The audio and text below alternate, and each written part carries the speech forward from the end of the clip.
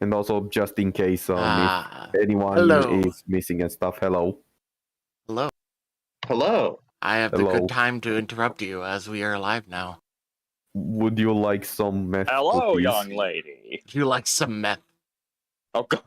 That's what you immediately jumped to. I said meth. Excuse me, I said meth cookies. Oh, God.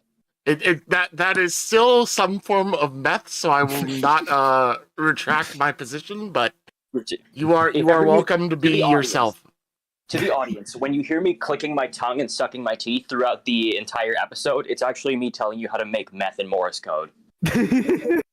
Oh, shut up. It's your MK. Whoever's watching this is your MK activation Alright, code. guys, I need to post the video where it's a picture of fucking Ark, the one cat, and then it goes into a tutorial on how to make meth. Yeah. God damn Just it. starts playing this. I got a Glock in my Rari. Yeah. Hey, as long as the recipe you're using to teach them meth is the same one they use in Payday, okay? Because that literally just makes salt water. Oh, God. Yeah, that's a joke. It's just like really fancy sounding chemical names, but when you actually combine them, it literally just makes salt water, so there's no chance of explosion like in the game. Yeah. But anywho. Sorry. Getting back to our professional setup here. Yeah, our so amazingly professional setup. Hello, ladies and gentlemen. I am Trisky. I run this channel Unlucky Rolls, which you are watching right now, and I am currently joined by the other nerds who participate in this campaign alongside me, which includes Krona the Pinquisitor, myself, Trisky, Marius, Reaper Joe, and 6.5. So. But we will really quickly go down the line in the order in the Discord voice here real quick and introduce our characters. So starting with Chrono. I am Krona the Pinquisitor. I dub funny memes once a month on my YouTube channel, and I am playing Saphar Shaitaneese, the Harlequin Acolyte. I am Trisky, the one who runs this channel, and I also do VTubing stuff as Grom the Orc, but I am playing as Gizmek Skrapmangl da Gear-Turnah, the orc mech boy of the Blackstone. I am Marius, a living shitpost. I am playing as Sator, the navigator of the ship, and probably the only one who has gone through the warp in this part of the universe for the last month or several years, potentially. And yes. Sorry. Hi, I'm Reaper. I'm also a living shitpost, and I play the rogue trader Holtz, and I own all of these fuckers. Legally. For better or for worse, you are responsible for them. I'm 6. I'm the GM. He's the GM. I play lots of Warhammer, and so I play this game. You know. Yes. And yeah, so let's get to the grim dark future, which is starting to look more and more like reality these days. But anyway, Grim darkness. Yeah. So last time, the crew went back to the Gilnead system and through some shrewd negotiation, Captain Holtz was able to get some Space Marines on board his ship, which required significant upgrades to the Blackstone itself. Hold on, I got blue pin that I gotta fix. Hold on, so that doesn't pop through the mic. We do that. Sorry, my audio setup is freaking weird. It's fine. Sound settings. There you are. Yeah, because like Discord sound settings and my computer sound settings are like completely independent of each other, which is nice. Oh joy. So every time I change one, I gotta change the other. So I gotta set that as the default sound. Okay, great. Now the blues will come through my ears instead of through the microphone. All right. So yeah, so through some shrewd negotiations, you guys have some Space Marines from the God, what was the name of that chapter? Absolvers. The Absolvers chapter. yeah. Yes. So you've got 2 Primaris and 3 first gen Marines aboard. Although you have not seen the other 4, they have taken to shutting themselves inside their reclusium. The sergeant of the squad says he's capable of not shooting a Xenos on sight if he's aboard. Is wandering around the ship sometimes. Just their gritted teeth with a vein in his forehead. Yeah, and I mean he just stares daggers at you, and you can like when It's you like look into his eyes, you just like hear like disturbed music playing in the background. And you see a flamer footage. You also Yeah, you get just some see, like, just flames in his crawling in, my girl. It's just like, it's like corn lyrics. Band. That's a different like- band. It's like corn lyrics, but it's not even like the Yeah. lyrics. It's just, you know, the just Yeah. going through his head as his hand is shaking. Yeah. Hovering over So the plastic. he looks like a Brock Sampson when he's in like his like rage mode. You know, he's got like his like lip curled back. He's got like frothing at the mouth as he looks at you. Oh god. Excellent. But he's able to keep his cool. You know. So from there, the Blackstone went through the warp to Forge World Ronaldus, which was supposed to be like the Blackstone shapers and experts. Yeah. And because there's been a problem that they've noticed is that almost all the worlds they've gone to, in fact, all the worlds they've gone to, have been dealing with an overabundance of a buildup of psychers in their jails because no black ships have showed up for like 50 years to pick them up. And so things are starting to get weird. And you know, according to their treaties with the Imperium, they're not supposed to kill the psychers. They're supposed to lock them up. So like if they try to just kill everybody, they're afraid that maybe when the veil lifts, their planet will be like forfeit or whatever. So so they're just keeping them all locked up, and the jails are getting full. So this is a big problem. So they were Holtz was like, okay, we got to go to Forge World Ronaldus. Yeah. So they were on And they their way also there. mentioned that maybe we should go to the Forge World and in the world with knights on it, so that they have something to defend themselves against the World Eaters if they attack. Yeah, Yeah, they had the plan to go to Yurdant secondarily if we had aren't- the ability to just go straight there. If we aren't going to have our ship extremely damaged again by the fucking rock which is in this world. Yeah, so spoiler alert, they come to Forge World Ronaldus, and there's no ships being built. All the forges are cold, and there's very little signal in the system except for a massive asteroid orbiting the main Forge World planet. And it's an orc rock. As suddenly your ship's void speakers come to life, and it's just the sound of orkiness being blasted throughout the entire system.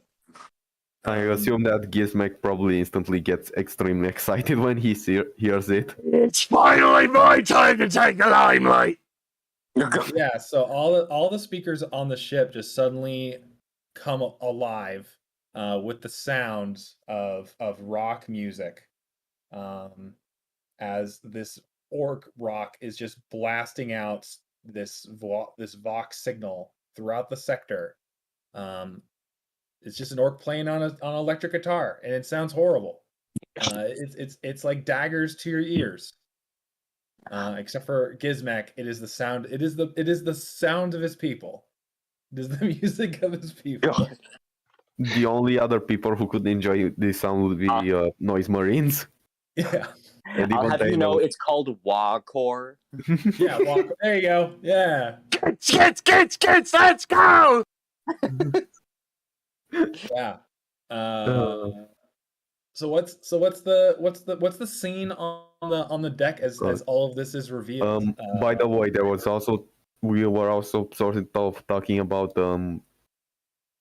Chrono's character having to go to sneak to on do the Space something. Marines, but maybe we should do that another time or just. Yeah, because remember, right. Okay, so we can actually go back in time and do that right now. I'll be quick. Yeah, let's do a little side and back.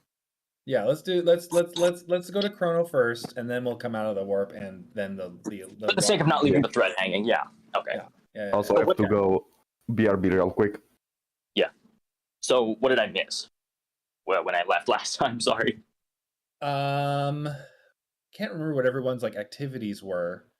Holtz had a meeting with the Space Marines and got some extra strategy for the World Eaters. I'd also learned that Gilliman is a thing. Oh yeah, he learned everything. He learned all the new news. We have something important to show you. Gilliman has returned. Look, and then he just holds up a whole folder full of the Gilliman X Your Brain fan art. Yeah. Behold. He has an Eldar waifu. I knew that would be legalized. I knew it would be legal. Love wins. And then I don't remember. Oh yeah, Gizmek started like a bunch of like orc fight clubs across the ship. So that's cool. Yeah, I basically started a bunch of digging knobs because I was bored as shit and got a bunch of people into like these fight clubs and whatnot, which is great because I don't have my fight club from my ship anymore. I also distinctly remember that at the end of the last session, I was plotting with Saphar to make it so that I could meet the Space Marines for a scrap. For a fight, yeah. Yeah, that was the thread. And then Sator finally managed to get his Dark Eldar witch under control. Wife. And she's now not sucking his life force away anymore. He is not committed to cuckoldry anymore. The only man who denies the suck. So we were gonna do Saphar after that, but Chrono had to go at the last minute. So we're gonna do his. So now we downtime rewind first, and then we'll have everybody come into system. So go ahead. Okay, so in and around that time, Saphar has been slow. The first thing he would do immediately is start plugging away at translating the book to see what he can glean from it or learn from it. Right. Okay. So this was a tome that it was like the tale of the Hyades, and it was like some middle volume of this huge volume of the history of this like alien species that you never heard of.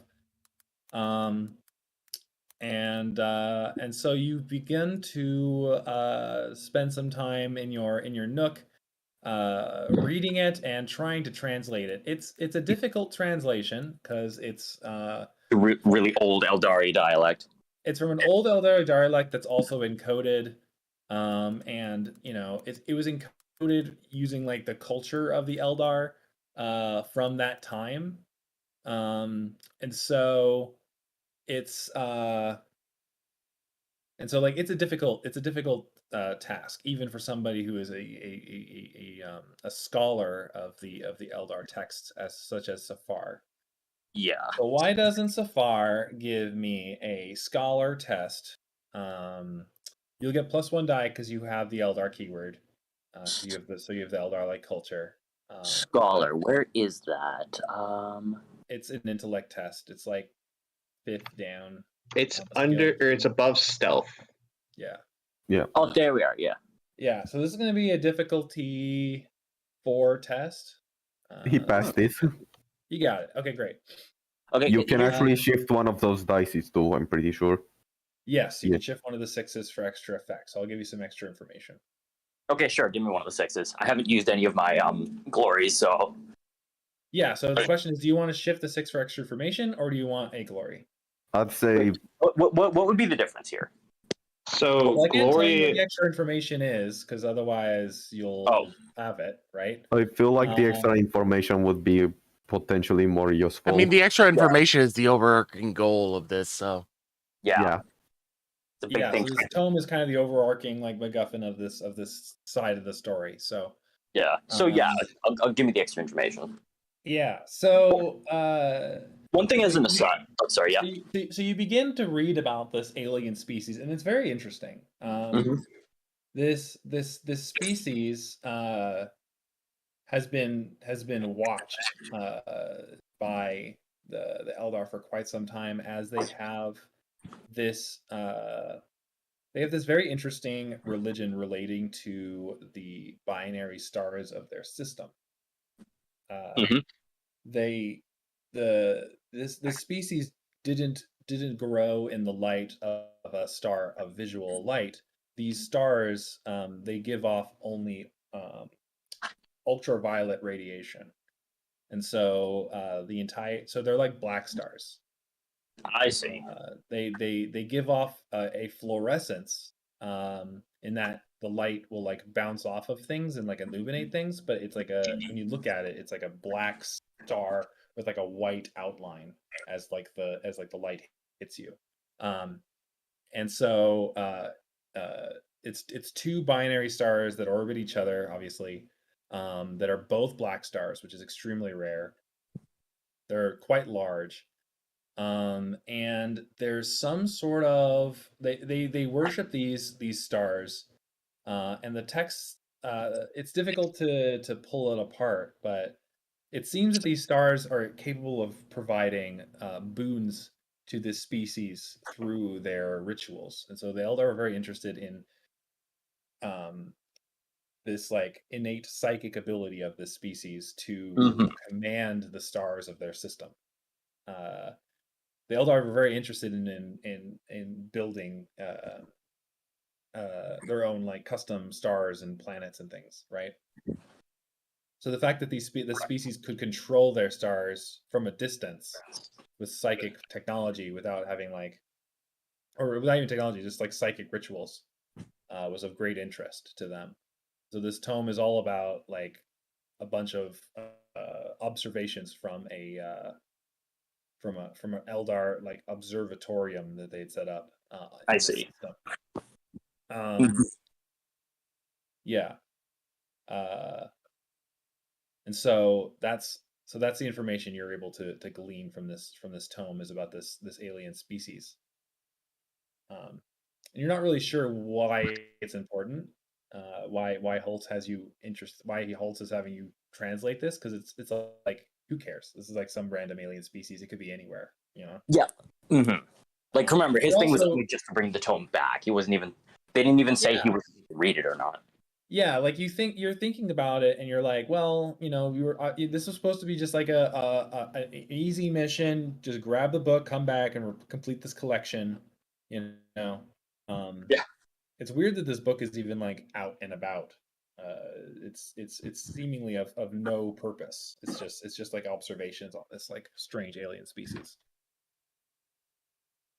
This is like this whole scenario sort of spiraling out of control. It reminds me of a time it's like the time I went to a friend's house a little bit early to help him set up for what's it called, essentially a little birthday get together for him, and then it spiraled out into this weird thing that resulted in us going to 3 different locations.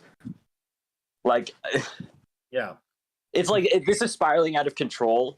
And Saphar, he's interested in this whole thing. Like, he's like, he wants to see where this whole scenario takes him, but at the same time, it's a little bit tedious. That's what I'm saying. yeah.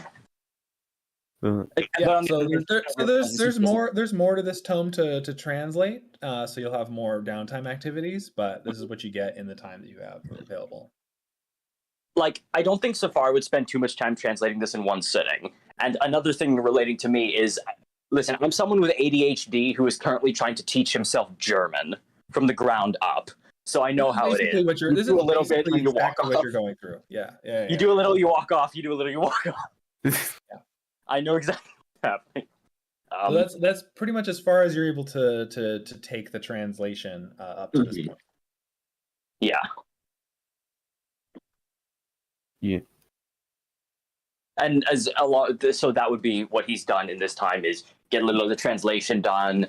If ever he feels a little bit satisfied, he'll go and walk off a little, get up to his usual shenanigans, poking around, poking at the Space Marines, and remembering what Gizmek said.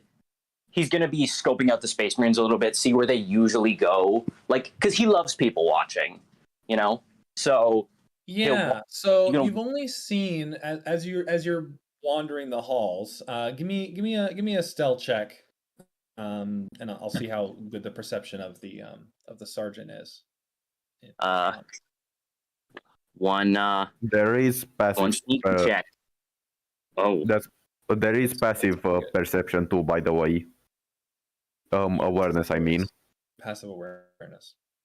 It's basically your awareness in half. I don't know if it's rounded down or up. I don't know if I passed that. Did I pass that? Yeah, you did. You did pass the stealth check. Okay, because the number at the bottom is not colored in. Right, that's the wrath die. I see. So if that's a 1, it's a there's a complication. If that's a 6, you get a glory. Okay. Yeah. So that's like a special die. Okay. Okay. So yeah. So after Invictor Brahm has his meeting with Captain Holtz and is walking back to the Reclusium, you're sort of tailing him back to his Reclusium. So you see him like walking through the halls in his power armor, stomping away. Now and then he'll like stop and like chat with like another like one of like Holtz's lieutenants for a moment and like maybe like share a few jokes. And 2 of them laugh and then they take off again. And eventually he makes it to this doorway, which is new. You can tell it's been like there's like there used to be a door there, you remember it, and now it's gone, and it's like this brand new, very fancy door with like sculpture inlaid around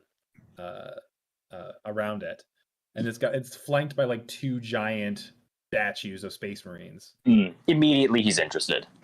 It says across the top in like Gothic text, like, you know, the Angels Reclusium or something like that. That he walks up to like a scanner that's built into the wall at his height, so like nobody else would be able to really use it. And he like gets his eye scanned, and the door hums and roars open as he walks within. Do you want to try and slip inside before the door closes? Yes, pure impulse decision. Yes, he would. Okay, so with your stealth roll, you're good. So do I need an athletics or something? Huh? No, don't worry about it. No. It's more like it's closing behind you. I see. So you're going to be sort of stuck in there unless you can get out somehow. That's the trade-off. So do you want to go in or not? I feel like Saphar would go in on impulse, but not be too worried because he knows one of the Space Marines is going to have to leave at some point, and that will be his cue to slip out. Because that was how he got around a world eater ship for years. Yeah, like you just wait near an exit and wait for someone to slip in and out. Yeah, I mean, it makes sense. Yeah. So he slips into this doorway, and you're greeted by a very large open space, with a training. You've seen these like training arenas that the Astartes set up aboard the chaos ship, and so it's like this one would be a little different because this is like an actual more of a proper training arena as opposed to just a fucking gladiator pit. Well, it's sort of like a gladiator pit, but it's surrounded by like, you know, beautiful, freshly made, you know, Gothic sculptures rather than hastily crafted chaos idols. Although to your Eldar brain, they're like the same thing. Yeah. Oh god. And so like you see this arena in front of you, like set Captain down. Holtz wants you to find the difference between these 2 pictures. They are the same. They are the same picture. you can see that there is this like large area beyond the arena, which has like a raised dais, and there's all of these red cloaked figures moving around it with sensors and other like religious objects as they are just like constantly praying in binary. On the altars are two very large bolt rifles, larger than any bolter you've ever seen. You see one extremely ornate missile launcher, and you see a pair of, I don't know if your character has ever seen these, but they're lightning claws, so they're like He would have gloves, absolutely like, seen those on World Eaters, like on a World Eater dreadnought or something. with like Wolverine claws coming off of it, and they're like pressed into the dais. And then one normal bolter that you recognize. I see. And these priests are just like constantly like wandering around these items, like praying nonstop. Saphar would be very interested in that. His eyes would sort of, he would first look lock onto the priests because he's gained sort of a hyperfixated interest on the cult mechanicus and like this worship of technology that they have and weaponry that they have. So like he's wondering about that and he's observing them.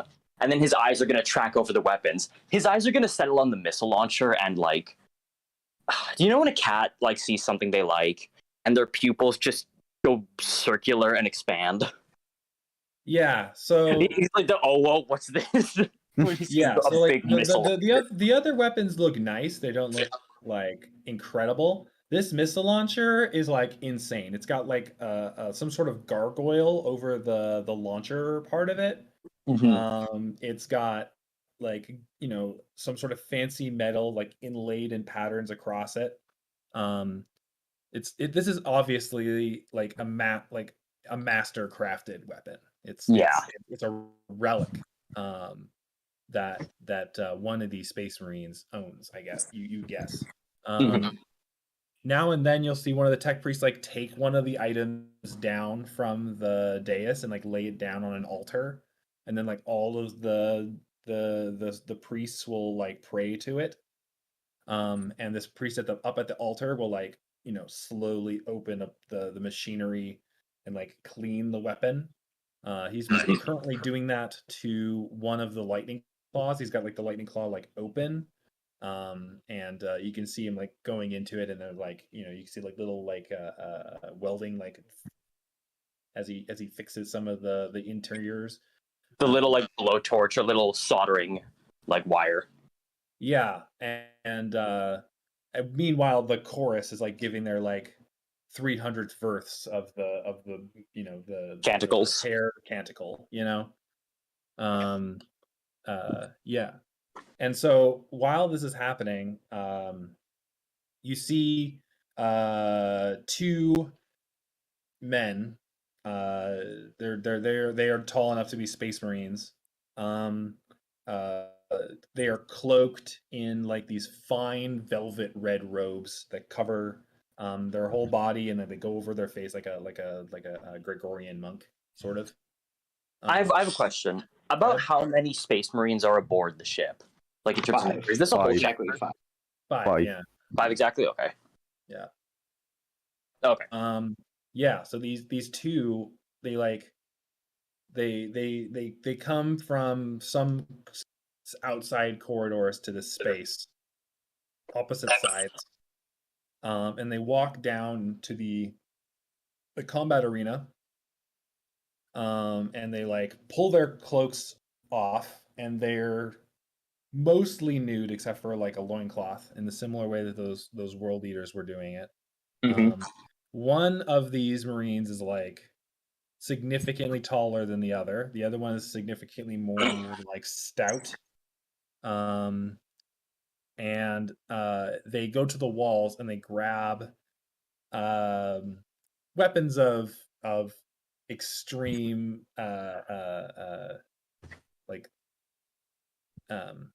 very barbaric. They're just like clubs, and then they just start going at each other. They begin to duel, and they just like are smashing into each other over and over. And you've seen Space Marines fight, and they are typically much faster than normal humanity, but slower than the Eldar form. Yeah. But these two are definitely veterans of multiple battles, and so the fighting like triggers your curiosity. Saphar would be watching intently, and not because it's two almost naked men. Yeah, but give me an awareness check, difficulty 5. how do I set difficulty? You Just don't. roll. You don't. Just You roll. just roll. Yeah. Okay. You might Don't want get to it, you reroll want that. on Wrath, unless you want to do a Wrath point. Do you want to? What would the Wrath point do? You will the re- code rolls. Sorry, you what? reroll your failures. Yeah. What happens if I just accept the failure? Because I think I've yet to fail a roll. You won't get the information that you seek. Okay, I'll re-roll it. You reroll 4d6s, by the way. You only reroll failures, not. Yeah. So roll 46. Have you used roll 20 before? Yes. 1 second. Just do /roll space 46. I got 14. Okay, so you only got, you're looking at the you individual only got die. the 4 successes. You didn't get the 5. Fuck.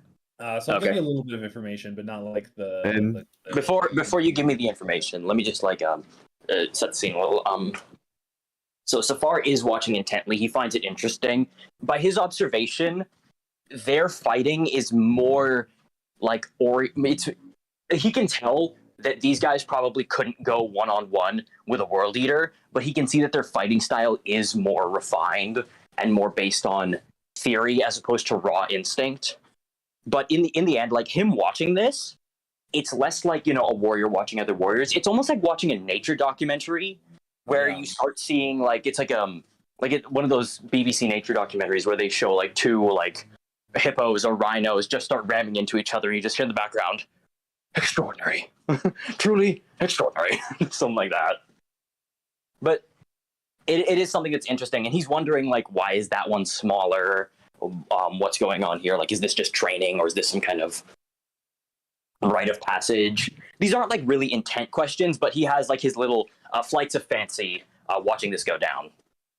Yeah, and if you were able to just continue watching this, you would pick up some information. But unfortunately, as you lean forward to try and get a better view, you knock like a piece of like a tool or something that was left on this like gantry that you're sitting on down to the ground, and it like hits the ground and makes like a bing sound.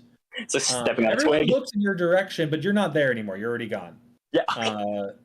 And so you managed to find a hiding space, but you're kind of afraid of getting caught, and so you end up sitting in this hiding space for a really long time, like probably like 2 days before somebody finally leaves the reclusium and you're able to slip out behind them.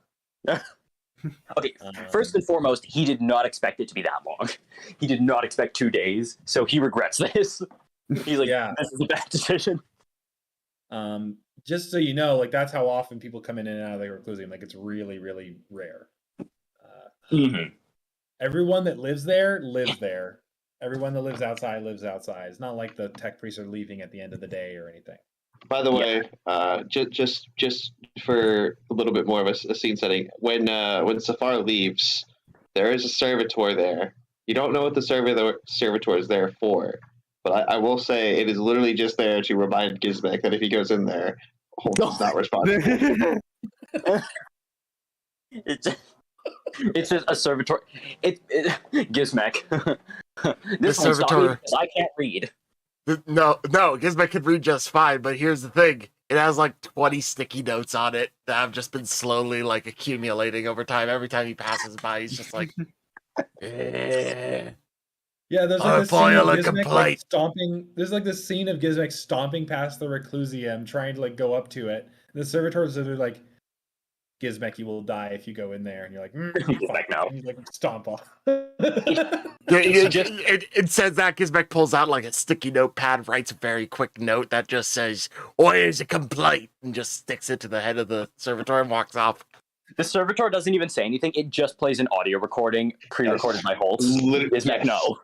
Yeah, no. If it recognizes Gizmek, it'll play this audio recording from Holtz. 100% exactly what happens. Yeah. I have an important question, Holtz. Would you program it to like have different versions of the same audio clip, or would it be the Yes. exact same? It would be different versions. There'd be Gizmek. I am not responsible if you go beyond that point. A little compartment. All rights. A little compartment opens in the chest, and like a little mechanical arm slowly comes out, holding a spray bottle of water. No, Okay. hey, no. But yeah, I recommend that we move. I recommend that we move on. No, Yeah. that's a good scene. Okay, great. So yeah, so we'll move on to every speaker on the ship blasting orc metal. You're not even sure where this signal is coming from. Like, even speakers that are not connected to anything aboard your ship are playing this like hardcore rock, and nobody can make it stop. What does the scene on the bridge look like, Holtz? The speaker on Holtz's on the bridge it gets a plasma round, so to finally shut it up. So you just fire this like bolt of plasma, and it just melts the speaker, and it still has like this like sparking sound, but the sparking sound is to the beat of the metal. It's moderately more tolerable. Next thing that happens is Gizmek is going to burst in. Probably has been sprinting for like the entire length of the song so far, and comes into the front like bridge, and he's just like, "Oi, who stole my mixtape?"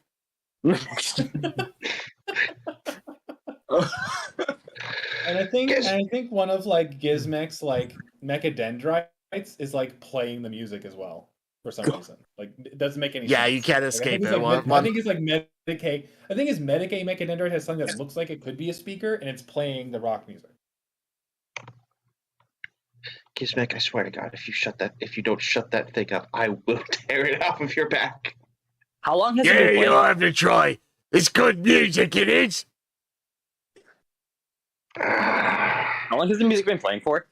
Probably like 5-10 minutes at this point. Gizmek probably just immediately made a beeline for the bridge. Oh yeah, it was like an immediate beeline. It started playing this music. He's just like, "They stole my mixtape," and he starts running. Fucker stole my mixtape. Can't have shit on the ship.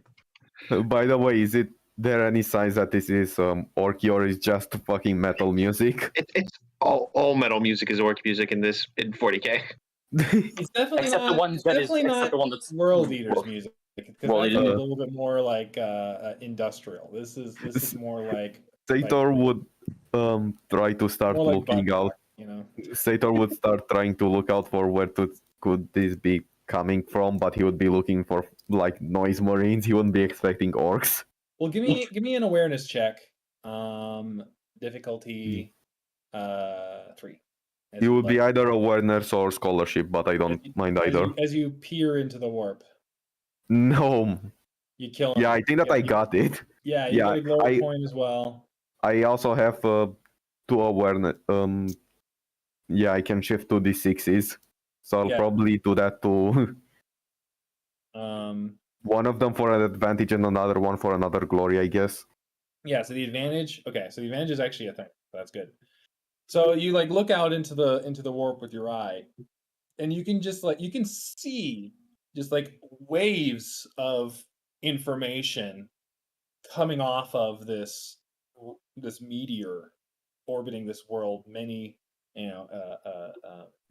thousands of miles away. The whole system is sort of being pelted by waves of this energy coming from the meteor. And there's so much coming off of it that you almost miss this other form of warp information coming from the surface of the planet in a distinct pink. It's in a different color than the waves of rock coming off of the rock. It's like a green, very distinct, like again like a pinging effect where it comes off, the same time frame every single time, and it seems to be like echoing much further than the rock music, which needs to be sort of limited to just this system. This like pinging is like going out. It's weird that you didn't see it before when you were navigating to the system. So there is the rock itself has some weird Well, warp no, it's not the stuff. rock. It's not the Oh. rock itself. It's the planet that the rock is orbiting. Is the planet itself where it's coming from? All right. Yeah, And Sator would go to the and you deck. see when this to the- ping hits the rock, it like reverberates throughout it a bunch. But when it hits anything else, it just sort of passes through it. All right. Sator would go to the command deck, and would he see anything weird with Gizmek? Yeah, what's Gizmek doing on the deck? Is he rocking out? Oh yeah, it's just like the little GIF I am playing where he's just like sort of head bobbing to this whole entire thing, and anyone who remotely gets close to him is liable to be used as like a fake guitar. You grab like a crewman, like da-na-na, and the crewman's like ah. Yeah, considering I haven't even taken off my power claw, so I'm just sort of like slowly ripping through him. Now you're like tearing shreds in their clothes as you're playing this person. We have like newspapers set about just to like mop up the blood before. Yeah, you're so used to this shit at this point, but it's just like this entire time he's just like, let's go. Gizmek, if you're gonna do that, go to your corner. Go to your corner. That is where it's all coming from, and I'm not stopping until you give me my mixtape back. Oh, God. Saphar comes out onto where this is happening, and he's completely unbothered by the music because he has like a fistfuls of just torn fabric and cotton just stuffed in his ears. Just completely unbothered. Because he could not even take a second of it. Yeah. It started, he was in stuff tears. to stuff at elf's ears, Yeah, That's just- a lot. I assume that Tyra would do something similar. She's going the fucking Ira's rocking out, man.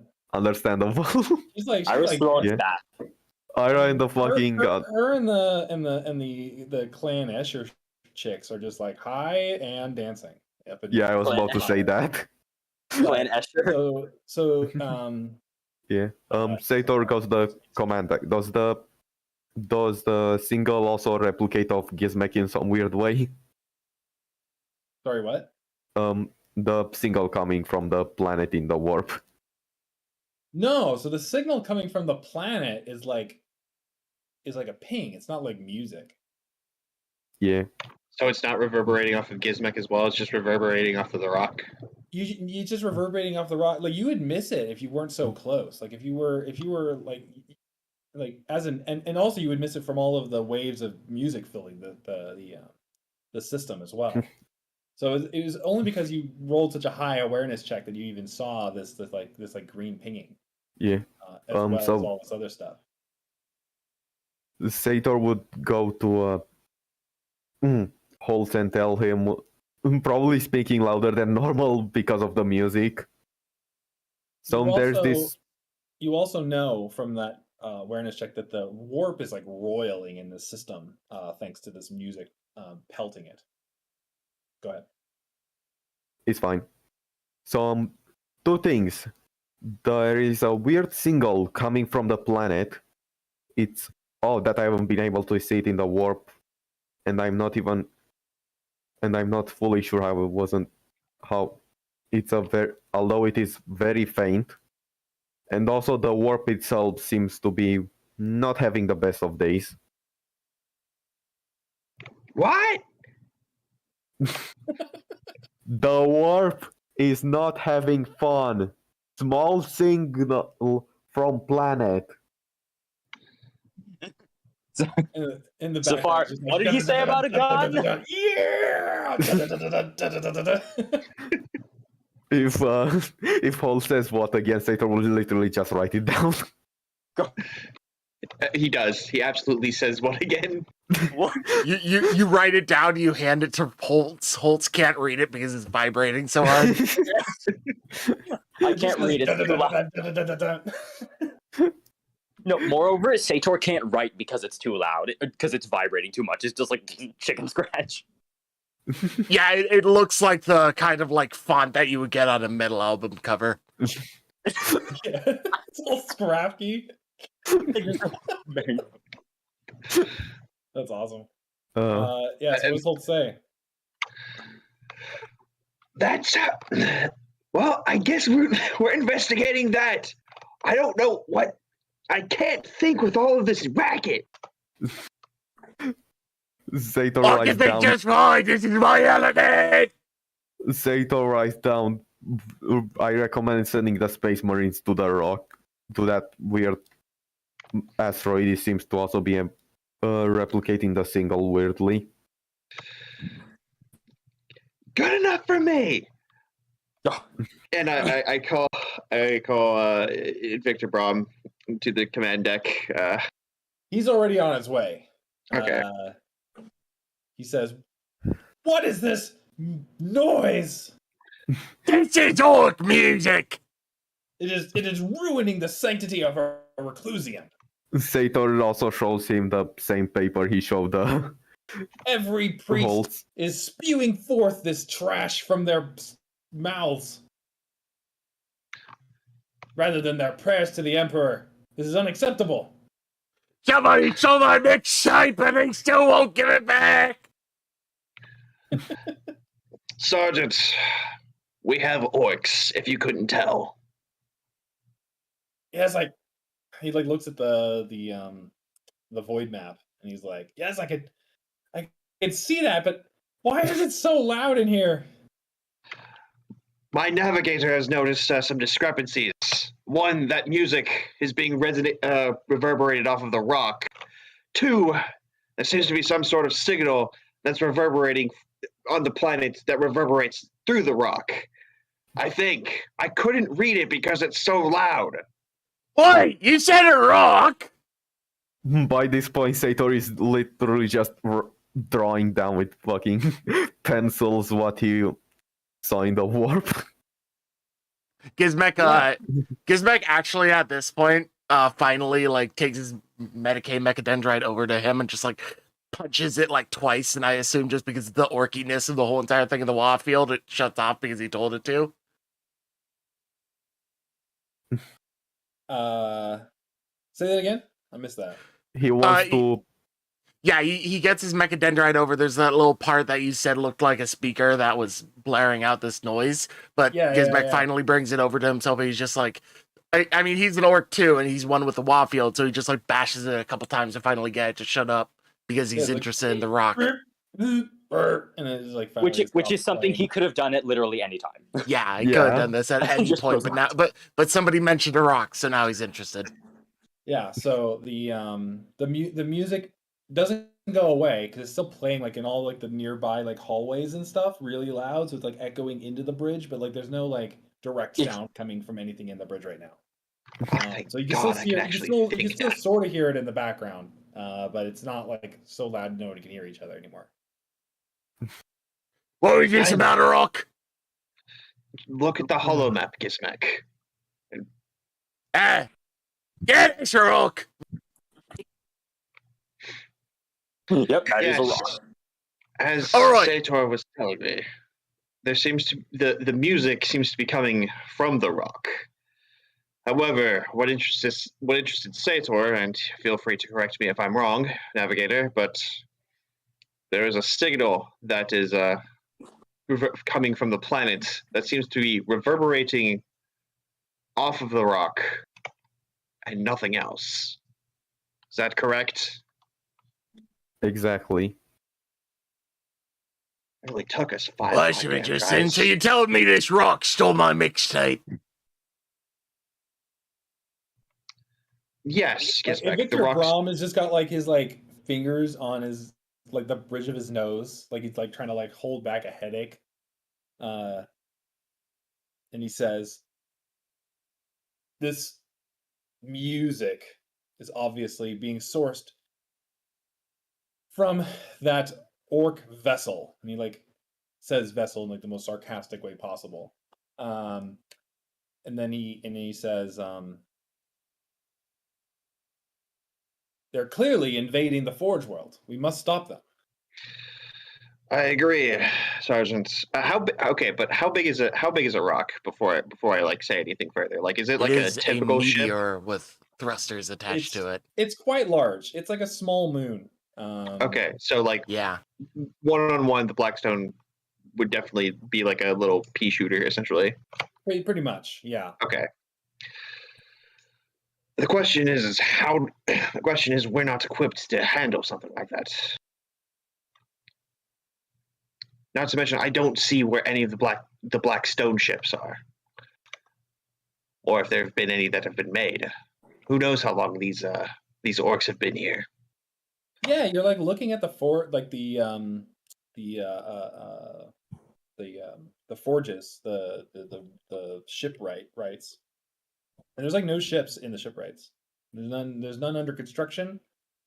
And there's no like wreckage.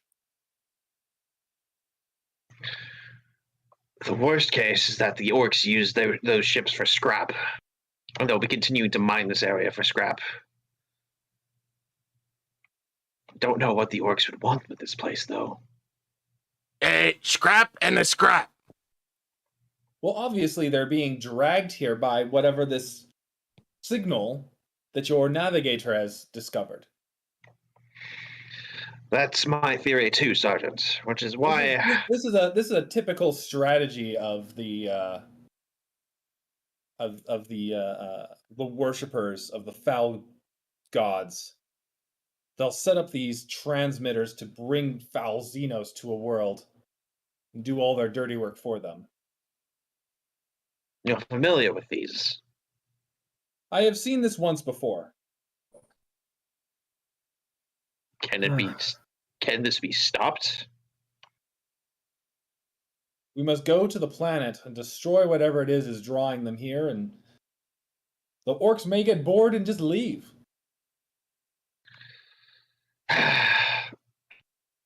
I'm not really a fan of maybes, Sergeant, but I don't see much choice. We'll have to deploy there and see if we can get this signal down. Yeah, I've seen these rocks in action before, never with this sort of this power of signal coming from them.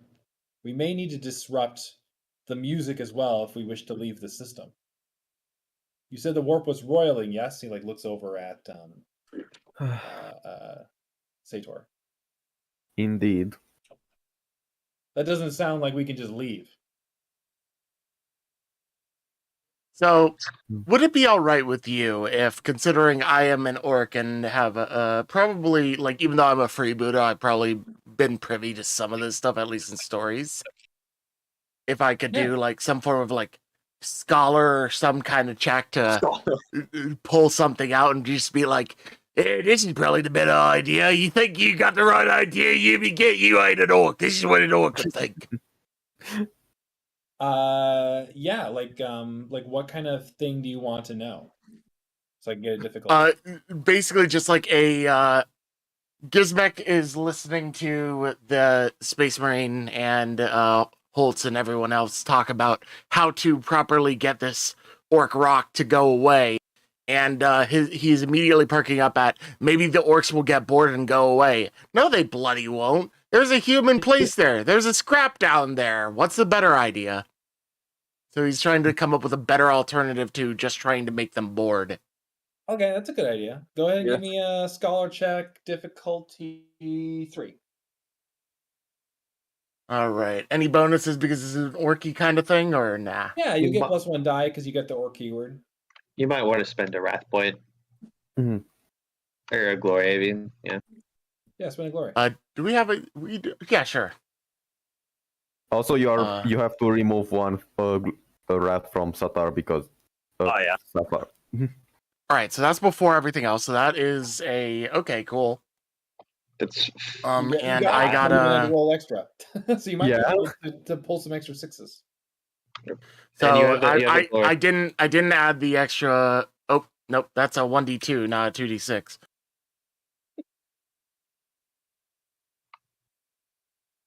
What? That's a D26, and he rolled a 1. Oh my god! Fucking hell! Typing. One more try. There you go. There we And you go. got Another six. 2. You got an extra 6 as well, so you can shift another one for glory, and then you shift one for extra effect. You give 2 extra 6s. Okay. Neat. All right. So yeah, so you know that like, maybe you like know which clan of orcs this is based upon like the shape of the rock or something. Yeah, you are know there that any they're like known symbols on the they're outside? they're like a very mech focused clan, and so they're looking for stuff. And this is like a shipwright world, and so there's lots of stuff to scrap and take and make into more things. You know that they could probably even like take control of the shipwrights and start building like orc ships and make this like an orc stronghold. So they're probably not just going to leave, even if the beacon that brought them here was disabled. But the beacon, you know, you have like, I think maybe you were on like a freebooter, you were on like a WA at some point, and one of these beacons did pull your, you know, whatever war boss towards a world, and it did like drive you to rage, right? So like you were fighting significantly stronger than if you didn't have this like beacon pulling you to it. So Alrighty. there is some relevance to getting rid of the beacon, in that the orcs will be empowered. And So maybe the rock and roll is being empowered by this as well, and that's why it's like able to roil the warp. Hey, the beacon itself is basically. Shut up, here! This is my time. God. It's my orky moment. Don't you take it from me, you bald-head git. And then additionally, with your additional information, you know that there's a reactor in the core of that rock somewhere that if you blew it up, it would probably blow up the whole thing. So that might be a good idea. Oi, you! He points at the Space Marine. He is taken aback, and he's like, "You dare order me, orc?" Shut up! You're trying to deduce things about orcs when you ain't even an orc. What are you talking about? Them getting bored and leaving? You out of your Zogan mind? Saphar's cracking up at all of this. Jeez, you'd think that if you was trying to get some counsel about orcs, you would ask the orc about it. Bunch of dogging gits. Alright, here's what you gotta do. I've been in one of these kind of war kind of things before. They had some weird beacon like this. And what it did was it made everyone pissed, even more than usual. These guys look like they're going to be going here for all that scrap on the planet there, and they ain't going to get bored just because we turn off the beacon. You still might want to do that, though, because it'll make them less angry strong. I don't know. But what you want to do is there's got to be something inside of that rock that you want to blow up the whole thing. So we have a search and destroy mission for the beacon and a infiltration to destroy the reactor, which will blow up the rock. Is that correct, Gizmek? Yeah, that's how it is, Hoots. Well, there you go. We have our missions. Take that, Space Marine! He looks very taken aback and surprised. And he says, What? Why are you looking at me like that? I'm an orc. I'm a mech boy. They are orcs, and they're mechy types. They want the scrap on the planet. You have a Zogan like, I don't know, worm in your brain or something? Saphar has been egging Gizmek on this entire time. Like he's taken the cotton out of his ears because he sensed that the music stopped. He's like, yeah, you tell them. What do they know? Yeah, so Brahm looks at Holtz, and he says, "If you would rather take the advice of this beast over a trained space marine, that is fine. Just let us know our objective, and we will perform it. You are the commander." You know, you can talk straight back to me, instead of going all pointy on it. He's not Gizmek. even looking in your general direction. Like, he's just ignoring you. Gizmek, your counsel has been heeded. Regardless, I think we were deploying the Space Marines to destroy the beacon anyways. Not to mention, besides which, I don't think your Space Marines would enjoy working alongside us at the same time. Or am I mistaken, Sergeant? I would say that. If you wish for us to perform that mission, may I requisition your navigator, as he is the only one capable of seeing this beacon from a distance. Yeah. I look at Sator, and it's like, that is true.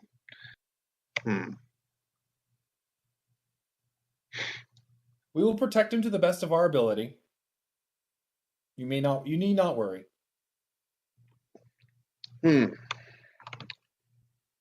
I look at like Saphar and Gizmek. Gizmek's not normally the type to be like on an infiltration mission, but this is an orc ship.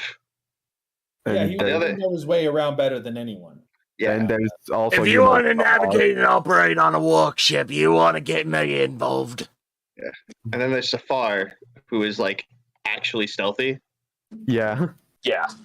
I mean, And then- Sator actually could, in theory, fucking attempt to teleport the fucking Wait, thing. at around what time will this game end, by the way? But, Sorry to... 1:30 Eastern, so like another 2.5 hours. Oh, shit. if you have to leave earlier, it's fine. Yeah, I don't know. Personal thing.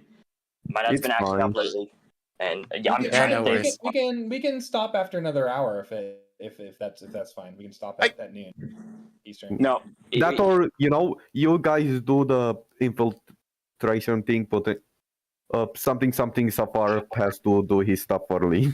Yeah, we could. Well, I mean, that would sort of like screw with the order of things, because then Yeah. the orcs on board we're going to be like rage roided out. Yeah. Because I was Fair. going to do the beacon first, so Yeah. that the infiltration mission would be easier, right? That's the idea. That was like the point of that, bringing the space marines down. But Yeah, let's just go as long as we We'll can. deal with it. Yeah. No point wasting what time we have by. Yeah, I was going to go pussyfooting sort of about like it back now. and forth between the two of you, basically. So you Yeah. can sort of see the effect of the beacon on the rock, and then like at some point the beacon would get knocked out, and then like you'd be able to Yeah, actually we'll see how we deal. yeah. Anyway, But yeah, so you can. I mean,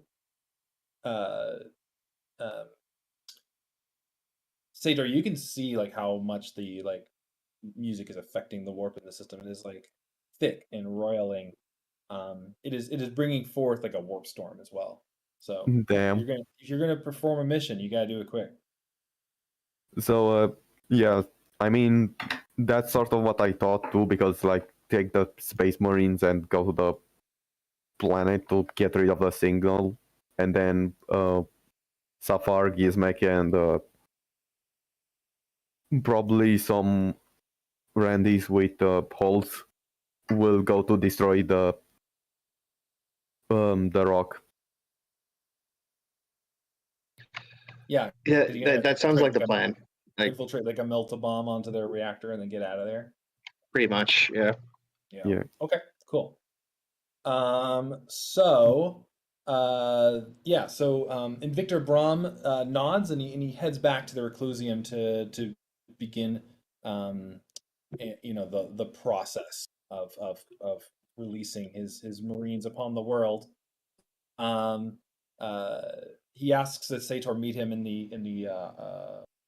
the docking bay when the mission begins, right? Yeah. And how do you plan on getting onto the rock? Gizmek, these are your people Do you have a plan? I mean, I had a missile launcher with a bunch of tubes. Saphar perks up. He just like points at the part of the deck diagram that shows the freaking cannon he shot himself out of into the fucking corn ship earlier. Yeah, you do have boarding torpedoes, although that'll be difficult to like infiltrate from, in that it's pretty obvious. Yeah, but it's sort of orcs is obvious. So they'll just like take the boarding torpedoes and be like, yeah, that's like a normal thing. Yeah, somebody just blew something up on the ship. That's normal. Holtz is like trying to comprehend orc logic right now, and it is just failing on every level.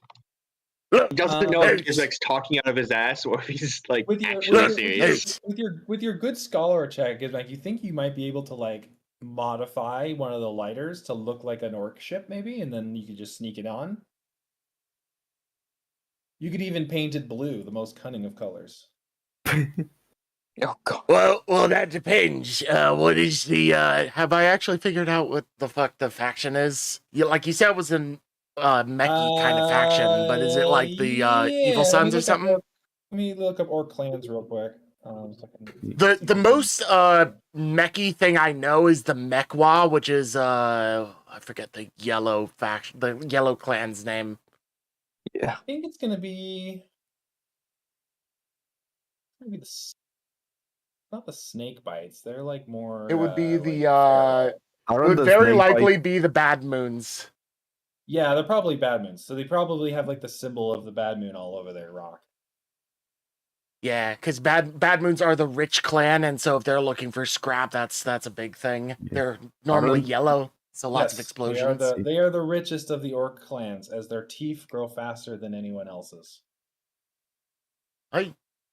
And that's also the clan that the very well-known mech lord, mech boss is from. That was the Tekwa, so that makes the most sense to me. The mech lord.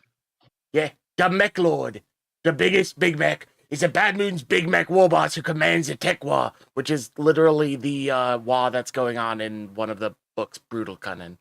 Yeah, so let's say it's bad moons. It's a bad moons wall here. All I right, think we can- Hoots, get me all your yellow paint. Sure, but what are you going to do with it?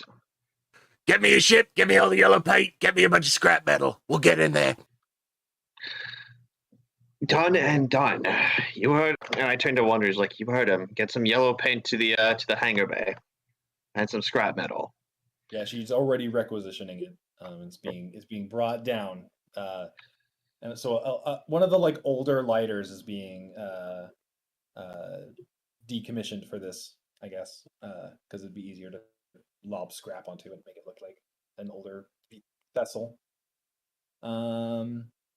Cool. So give me a tech check, Gizmek, and we'll see how good you are at modifying this lighter.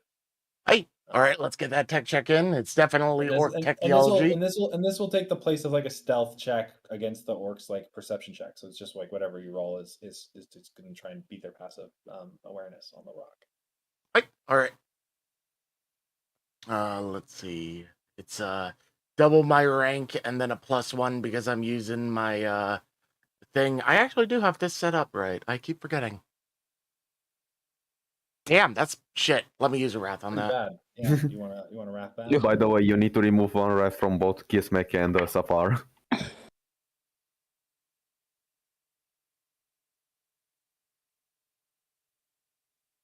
I'll do that. Hey, there's a 6 at least, so a couple more. That's 6 total. So 1, successes 2, so far. 3, 4, 5, Successes 6. should be protecting you pretty well. Yeah.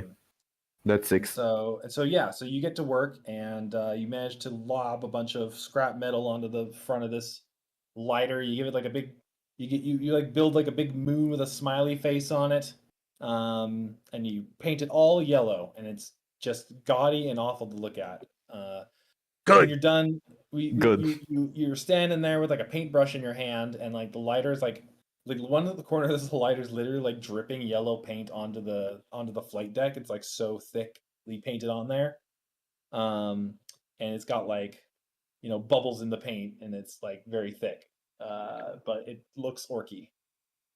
Yeah, there Holtz we go. cringes every time there's like a drop of paint on his slide deck. Hey, you may and want to it's get like that cleaned up. The yellow makes it more explosive. yeah, it's like explosive yellow paint. See, like Holtz would normally like disregard that, but he remembers a time when there were explosive bananas on a planet, Yeah. and And you know the one time Gizmek ruined the banana economy. and there was a time Gizmek ruined the economy of bananas, and he does have that cleaned up very quickly. Nice. All right. But- Okay, so we got Holtz and like a crew of specialist like veterans, like a command squad. Probably the Walker Squad or something. Saphar and Gizmek on this lighter, and then there's the there's a Stormbird that the Space Marines brought with them in their own like modified hangar that's further down, and so like simultaneously while everyone's getting into this like junky lighter, there's like this gorgeous white Stormbird that Sator is looking at, and Invictor Brahm and his four companions are loading aboard this Stormbird. Yeah. Yeah, and he says, "There's not to worry. We will protect you." But of course, let's He get protect, he attack. rid of this beacon as quickly as possible. Then, What does Sator look like in his like going into battle garb? Does he wear anything different? Yeah. not really. He is wearing Xeno's mesh armor, so he probably just wears that most of the time because it's extremely comfortable. Okay. So yeah, the maybe he doesn't. The Space Marine hands you like an old Imperial Guard helmet. So you should probably wear this. Puts it on top of his bandana. Yeah. Sator will actually. And so Sator's got this like ugly green like Canadian helmet. So. Yeah. This is probably the first time that Sator actually has head armor. So yeah, he takes you aboard the Stormbird. There are like special seats for the Astartes. There's like 5 like large seats, and then there's like a couple of normal ones for in case they're like transporting normal humans. So you because Sator is because of Sator's mutation of being really tall, he is probably slightly uncomfortable in both. Yeah, so like so he's like tall and lanky and thin. So like, it's like getting on a freaking airplane when you're like my height. Oh gosh. It's a nightmare. Right? Like you're like stuffed in there. There's probably like a bulkhead that like sticks out over the Imperial Guard like seats, and so you're having to like lean forward a little bit. Your helmet's like resting up against like the hard metal. If you didn't wear the helmet and the Stormbird like hit like some turbulence, you'd probably get a concussion from this thing. Yeah. This wasn't really well designed for extremely tall humans. Sator is thinking this is still way better than the lighter. Yeah, I mean totally. So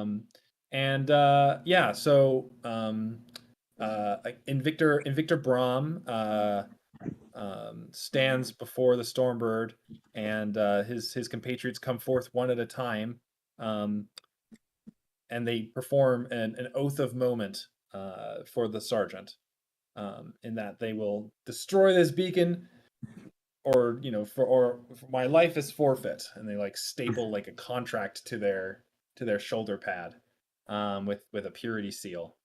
And then Invictor Brahm, before his 4 companions, gives an oath of moment to them. You've probably never seen a Space Marine oath a moment before, but it's a pretty impressive ritual. You can see like a number of men working in the docking bay, like stopping and like watching, like a little crowd like gathers around them as they perform this ritual. And you can Yeah. see like, you know, tears in their eyes as the Space Marines prepare for battle. Oh, Not the say, Space Marine guys, can but you see it? the dock workers' eyes. Yeah. You know, Yeah. Mm. it's a and you sort of feel that too. Like you get like a little like emotional. There's something about a Space Marine to a normal human. Normal, quote unquote. Right, but like even Still, with yeah. how unnormal you are, there's still like some sort of impressiveness, some sort of like Yeah. Because you grew up hearing about them as basically angels. Yeah. Well, they're angels, right? Like you probably as you were growing up, you thought they were a myth, you know. And then on top of that, like they are like literally the best humanity can offer against the bad the things in the universe, you know. So they're like a beacon Yeah. of good and the bad. And so, how does Sator feel about that? Generally being just impressed by a Space Marine culture, quote unquote, because of how much they also prepare before a mission. Even though these guys' entire thing is to be armed to the teeth all of the time. Right. Okay. So yeah, so they load up and your ship the I'm assuming the Blackstone is like hiding behind like a moon of this planet or something. Yeah, no, it's not trying to attract the attention of the orcs. Yeah. And so both of these ships leave the Blackstone simultaneously. One headed down to the planet and one headed towards the rock that is like hurtling around the orbit towards them. Yeah. Okay, so we'll start with the Space Marine landing. Right. Alrighty. So the Stormbird starts coming down into the atmosphere, and it is immediately like bombarded with fire. There's lots of anti everything, anti everything on the ground. You could see these tracer bullets firing up from the surface at this Stormbird as it comes roaring down through the atmosphere. And it starts taking some hits. By the way, I do want to say that Sator would have tried to lead the Stormbird a bit more closer to where the beacon is from, because it's like, hey, the beacon is more a bit to the left of where we could land. Yeah. You've given him the coordinates sort of to land near, right? Yeah. And it's in like a manufactorum, so it's this like very large rectangular building that's probably like a warehouse off of a foundry. But it looks like the orcs have like started setting up like defensive emplacements, because like there's just anti-aircraft fire just coming up at the Stormbird, and so now and then you like a string of tracers will like carve across the front of the Stormbird, and you'll see like the shields like flicker, and then the shields go down, and the ship's starting to like shake all around. The pilot is like screaming, and suddenly there's like a roaring sound as like half of the Stormbird like gets like ripped away by this like anti-aircraft fire. Oh god. And so there's like this like whipping like wind. The Space Marines all like detach from their holdings. One of them walks over to you. He's about the same size as you. He's like a first gen Space Marine, but he has a jetpack on his back. And he like grabs you and he says, "It's time to go!" And he like roars in your face and he like pulls you out of your seat and like tears through your restraints. And then just jumps out of the like burning Stormbird towards the ground and like is like holding you in his arms with the lightning claws over his shoulders. Meanwhile, the other four are like putting on like just like landing packs. They're like jump packs that are only for like just to land. And they jump out of the burning Stormbird as well. And you can see the wreckage of the Stormbird like crashing into the factory degrees below you. I need you to make like a willpower test, like a conviction test, I guess, because this is fucking crazy. Yeah. Jesus, yeah. Damn, them kids got some lucky shots in. You sure they ain't some of them discos? What's the difficulty number, or as a general thing? We'll just see how you do. Yeah. And then Also, how much? I'll give you a debuff depending on how you roll. How much glory do we have, max? We have 3 glory right now. How much can we hold at most? 6. I meant. All right, I'll 6 is spend. max, yeah. I'll spend at least 1. Okay. Should I spend another one? Yes or no? I'll leave that Go up ahead. to you. have- Go ahead. Yeah, go for it. Go for it. Yeah, I'll go for it. So I'll get another 2d6 die. after this, Mhm. and I got an advantage too. Nice. Yes, you get a glory back, and you don't have to roll the extra 2d6. 6 total. That's good enough. Yeah. You're extremely conditioned, and you've control over the fear.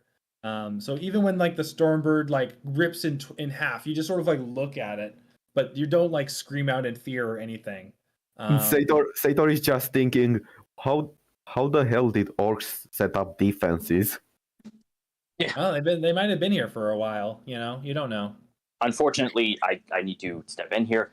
I can't delay any longer. My dad wanted me down immediately. I've dragged my feet for half an hour. I do Go have- ahead. You're fine. Come back. Yeah. It's fine. Right. Okay. We'll get you back in later. Don't worry. Peace. Peace. Later. Okay, Later. so the jump packs like activate, and all of the Space Marines sort of land in a similar area in like the alleyway between these two buildings. The buildings have all been like spray painted with like bad moon symbols, and we took your planet, ha ha ha, Dogs and, was here, yada yada. yada yada yada. But it doesn't appear like there's any like orcs in your vicinity. Invictor Braum quickly pulls his helmet off and looks around and says, report, and all the Space Marines like check in or whatever. What do you say, Sator? Sator would just go behind some cover and look into the warp to try to determine where the signal comes from. Yeah, so you think it's coming from this like large building at the end of the alley, which as I said, like looks like a warehouse of some sort. So do you point that out? What do you say? Seems like the signal is coming from that warehouse, but with the orcs already setting up anti-air defenses, we should be careful. It could be a trap for all we know.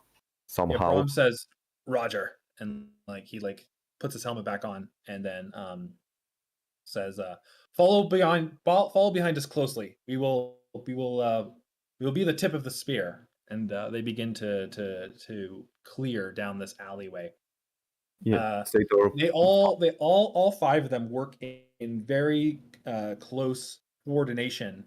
It seems like they all know what they're each going to do as they like clear all the corners of the alleyway as they travel down it. They don't even have to give off any signals or even speak to each other as they move in a unit towards their objective.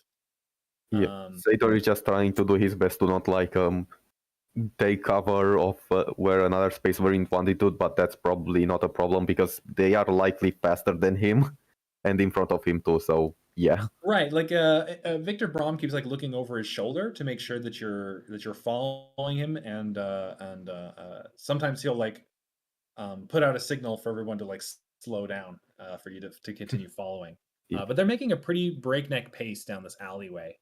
At the same time, they make it to this T intersection, which sort of has like a big set of Gothic doorway to this building, and as they like step out into this T intersection, you hear the bolt rifle of the other Primaris Marine give off a bark, and you hear like a sound, and then like an explosion, And if you come around if you like look around the corner, you'll see like an orc like dead in the middle of the street with like his like shoulder like blown off.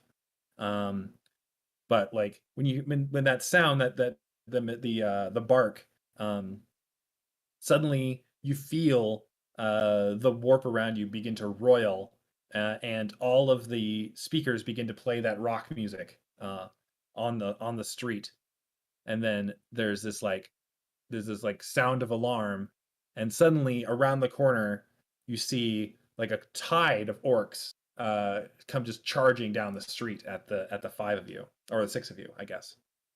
So is there anything you want to do to help the Space Marines clear this like mob coming rushing down on you? Sator will try to lidless tear them, but at the same time he'll be like, I'm going to use my eye for. He's going to be like, I'm going to use my third eye. Do not look at your back, no matter what, unless I tell you otherwise.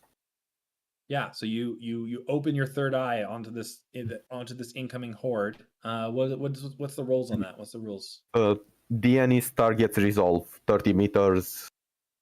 Okay. Look up sustain. Resolve numbers real quick for orcs. There is like orc threats. Imperial threats. That's not helpful.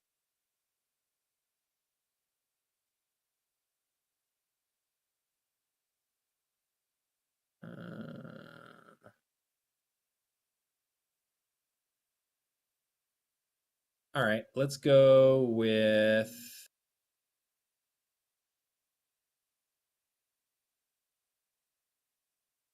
let's go with resolve 4 because they're like supercharged.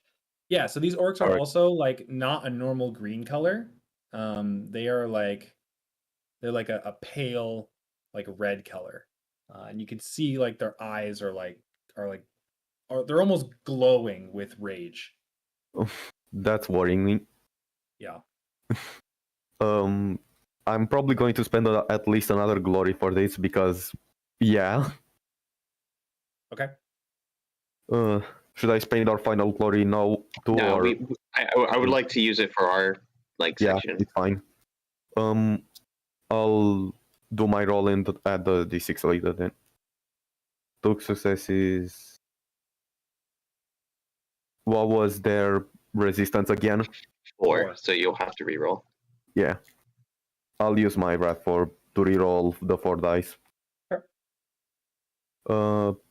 You don't get it. Nope. Unlucky. Okay. So you open up onto these. You open up your eye onto these orcs, and like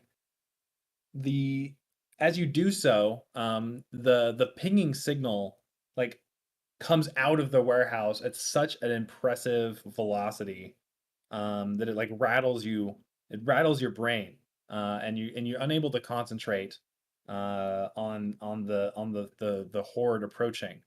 And so maybe a couple of orcs at the front of the horde like stop for a moment, and like all their buddies just like charge into them and like push them down the street. It's like nothing you're doing, your power is not able to keep them from rushing your position. Yeah. The Space Marines all open fire, so there's like bolter rounds flying in every direction. You can see the tracers like carving up orc bodies. The Devastator fires off his incredibly impressive rocket launcher, and it like arcs through the air and explodes, sending orcs flying in every direction. But then the orcs finally get into range of their pistols and begin to fire back, and your squad is like taking fire. So it seems like your position is becoming a little bit pinned.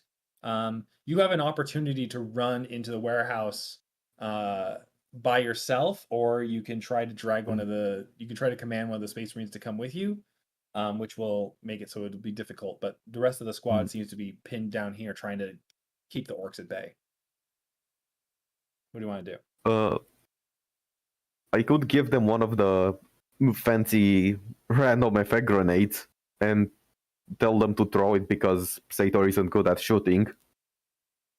Okay, so you want to hand him one of these like crazy gas grenades? Yeah, I'll give him the neon green. Hell yeah. So you hand him this neon green. You hand Braun this neon green grenade. He looks at it for a moment and then just like pulls a pin and just throws it down the street. He throws it at an impressive distance, given their strength value, and it pops this green smoke, which let's roll on a table real quick here. I got it open. 8. Okay.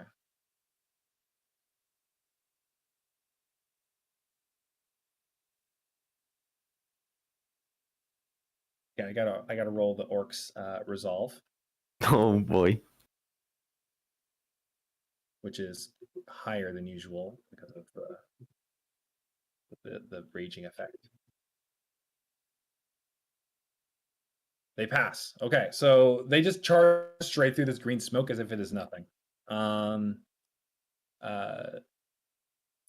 They managed to get close enough to the tactical marine, and you can see one of their axes cleaves into the tactical marine's chest as the tactical marine like sweeps with his knife, cutting the orc's arm off, but the axe is still embedded into the ceramite of his chest. All the space marines are screaming at each other, different orders and commands as they like try to protect each other's backs. But you could feel the horde beginning to press down on the group of you. It is not looking good. I assume that with the whole failing against the third eye, it won't work again. I mean, I think that the narrative is that this like whatever this object is within the warehouse is like affecting your navigator powers. All right. Or at least is making the orcs extremely. Well, it's also making the orcs insanely strong as well. So it's doing sort of both. It's like nerfing you and buffing them. I have the hallucinogenic acid. Could they would have to pass it, or if they pass a resolve test, then yeah. Another gas grenade or the acid. I mean, if you're asking me, I would jump into the building and see if you could like turn off the beacon. What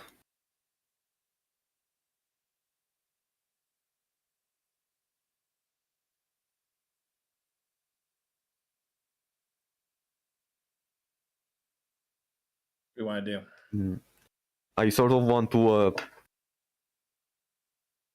give Brom my last random effect grenade and the hallucinogenic acid, and tell him to hold out as much as he can, and Sator will try to find a single and stop it. Okay, so you hand him the grenade, and then you turn and you kick down Both the door of this building. Like the grenade and one of the hallucinogenic acid, maybe mostly I mean, as a like that battle's going to happen in the background because you're not like main characters, right? And so you break into this warehouse. Either kicking do you like kick the door open, or do you like shoulder it open? Like, what do you do? Shoulder it. Yeah, so you like if bang anything into your shoulder. Yeah. Give me an athletics check. Specifically with the shoulder of the arm on which he has his power arm. Yeah. Give me an athletics check with +1 die because you got a power arm. Difficulty 2 to get this door open. I already got it. Yes. Yeah. So you shoulder into this door. It creaks and groans, and the door opens. Inside there are like a huge number of like storage chambers. So there's like all these like transportation crates, I guess. And with your third eye still open and like watering up from the source of this signal, it's like right next, it's like right in front of you. You manage to pull yourself through the warehouse with the sounds of battle occurring outside. As you approach the canister that you believe this the signals to be coming from, three of the Marines get inside the door and slam it shut behind them, to the sounds of scraping and clawing from the outside. It's Victor Brom and his other Primaris Marine, and the one with the jetpack, but you don't see any sign of the other two. And they're like screaming orders at each other. You're already like halfway across the warehouse by the time they do this, and you get up to the crate with the with where you believe the signal's coming from. It's got like a big like lock on it. What do you do? Attempt to crush it.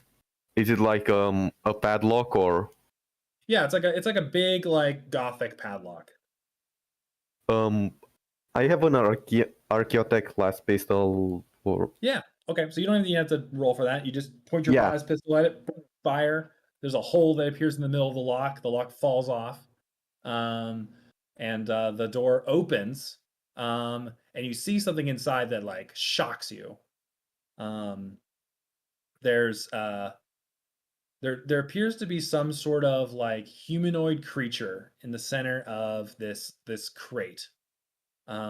You've never seen this alien species before. It is pitch black to look at. And growing out of its chest is like this like curling spiral like flower growing out of it. The flower is also like a jet black color, so it's hard to see, but it's got like a green like glowing orb in the center that kind of looks like a and it's got like a some sort of rune on it. Give me a scholar check, difficulty 5. are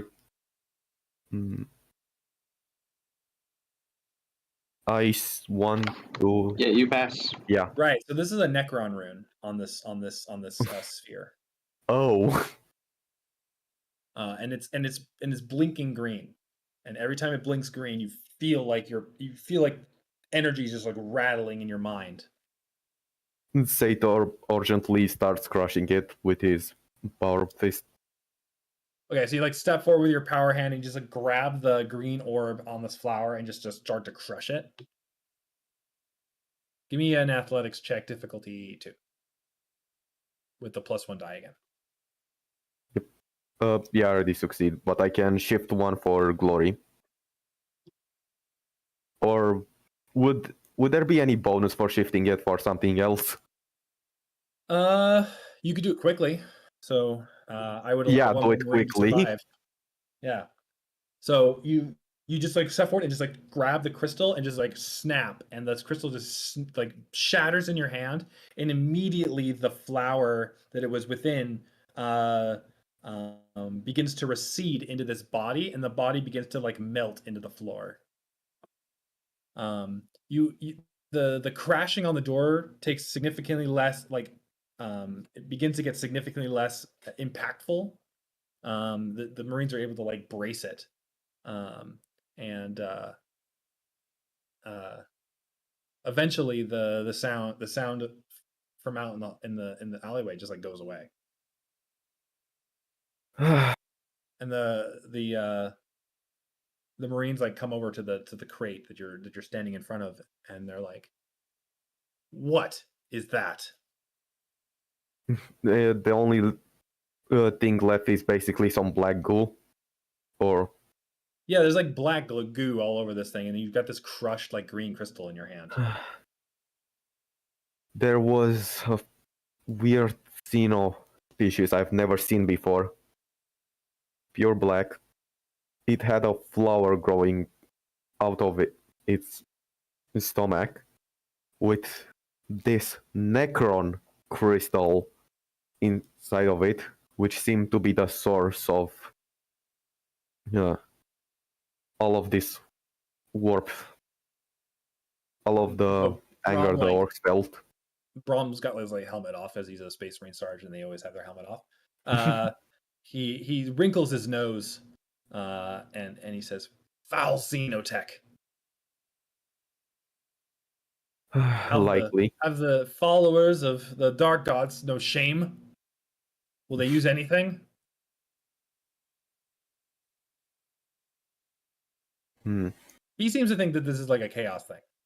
Yeah. You haven't Cool. seen any evidence of that whatsoever. Yeah. I'm not sure if there was chaos.